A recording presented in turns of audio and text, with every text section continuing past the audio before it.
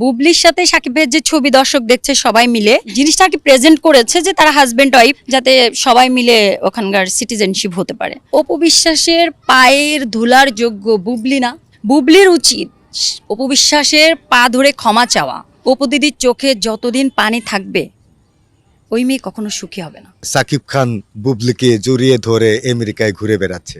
আচ্ছা, আপনি যদি এটা বলেন তা আমি বলি যে আমেরিকার যে প্রেসিডেন্ট ট্রাম্প আসার পরে এখন কিন্তু কাউকে ভিসা দিচ্ছে না। ভিসা অনেক কড়াকর, কাউকে দিচ্ছে না, গ্রিন কার্ড দিচ্ছে না।